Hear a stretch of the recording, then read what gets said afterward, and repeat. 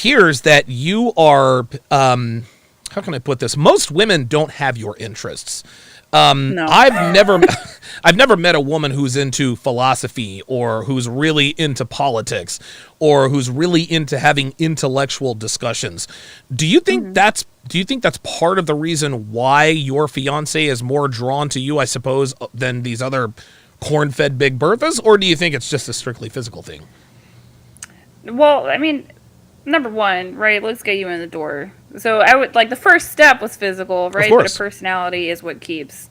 I think it's the fact that we can have endless good conversations, that it's not boring. A lot of women think that they can sustain a marriage without having a personality, right? They've swindled the guy, he's walked down the aisle with her, she's got him. And it's like, no, he has to actually be able to talk to you for the next 20 or 30 years. Yeah. If he doesn't feel like he can do, because you can check all the boxes but a personality and still be confused why a man won't co-sign, won't settle down with you. Right. It's not that much of a surprise. So it's definitely a good portion is our interest. Or I think how interesting my character is can make up in some ways for my emotional outbursts or my mood swings, or just when I get my little fits. Yeah. He sees the bigger good things in me, and so he chooses to deal with it, right? And that takes emotional maturity. Listen, man, and emotionally, I'm probably a little bit emotionally stunted just because of my upbringing, and I've got a documented temper problem. But yeah, it takes a lot of experience and introspection to, when a woman is being loud and yell. I remember this one time, there's just one girl I was messing with. We took a trip. God, where did we go to? I think we drove from Vegas, I think, to Los Angeles or Santa Monica. And before we were getting ready, and this was I was 36 and she was 32. And so we're packing up all of our stuff to go, and she bought so much stuff she just couldn't pack all of it in her bag, and she got and all of a sudden she just threw a fit and then took something and threw it on the ground. I was like, oh my God. I was like, you realize you're acting like a fucking 5-year-old now, right? She's like, I know, but da-da-da-da-da. I was like, Jesus Christ. So I packed it up for her. I didn't lose my mind or freak out because this is just how women are. Now, the reason and she didn't have outbursts like that. I guess that was a unique situation, but I knew that's what she was capable of. She was great company. She was very sexually attractive. I loved being with her, but dealing with those things, you have to bring something else to the table to deal with the woman part. There are a lot of men out there and women.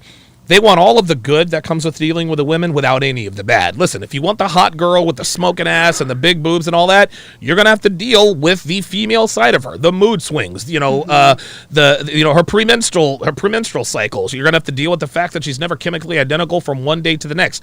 These are the things that you're going to have to prepare for.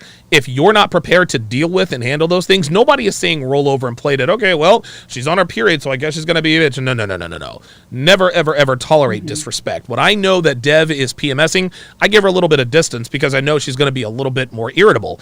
Just you have to be able to handle these things. This comes with age, and older men tend to understand that better than anybody.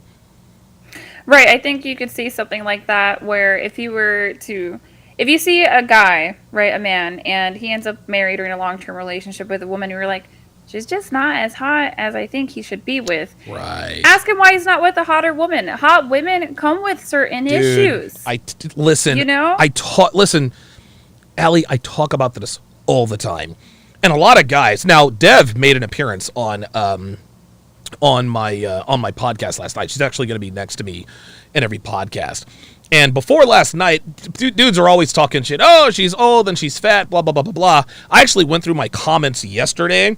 Not one negative comment about the way Devin looks. Now, of course, that's going to change because I said something about it. I didn't even know how old she was. I'm like, damn, Devin looking real fine right now. Like, yeah, okay. She's 40. Yeah, she's 45. She'll be 46 in August. She turns 46 5 days before I turn 45. So for 6 days, she's 2 years older than I am. She loves it when I say that. But the point is that she is like all of the haters that based their opinion of her based on what other people put out there. Devin looked so good, they couldn't even fake calling, oh my God, she's ugly. Honestly, like that's just like, let's be a little bit more emotionally secure. But Right. but for all of Dev's flaws, the way she looks, the way she cooks, the way she does things, her laundry skills leave a lot to be desired, but there's enough good about her to tolerate the nonsense that comes with dealing with a woman. And as a man, you have to be ready. You have to be ready to be prepared for that. By the same token, it's some of the things that you talked about. If you're going to deal with men, especially men of value who are a little bit older, we're rigid, we're set in our ways, and we don't really budge for anything. You have to make rational, logical arguments if you really want something to change. Yes. 100%.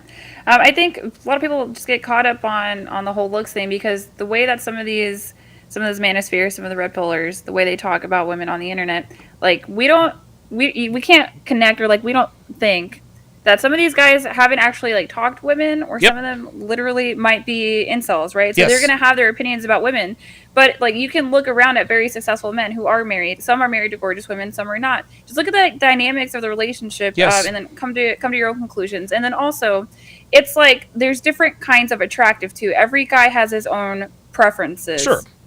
So like where I get to, I guess what I think is like my selling point in physical attraction is that I look very naturally good. I care about what I eat, like to the point where I don't eat anything that comes out of plastic, because plastic messes with your estrogen. It also messes with your testosterone. If you're a guy out there, don't microwave things and plastic Tupperware. It's really bad for you.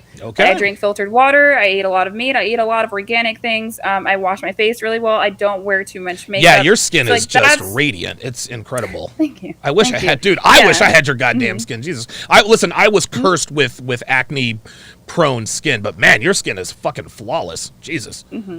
Yeah, so you don't have to be drop dead gorgeous, right? Just not. Try to look like your healthiest version of yourself, and you should be okay. Because it's not like he got with me because I was like a smoking hot race car model. He was like, she's cute and she's loyal. I'll do it. There you go.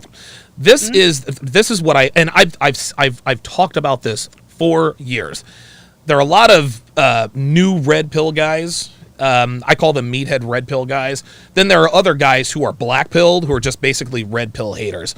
And they always ask the question, well, if these guys are so red pill, why aren't they spinning 20, 21, and 22-year-old plates? I did that. A lot of headaches. See, you jumped the gun. You're absolutely right. Number one, I've already done that. Like, dude, I've been fucking 3 and 4 and 5 20-something-year-old bitches in Vegas. It was a great time, but it's also a headache. Right? Donovan, why are you with a 45-year-old woman? She's almost 50. Because women half her age are twice the problem. Allie, back in the day, girls who were young and beautiful had agency.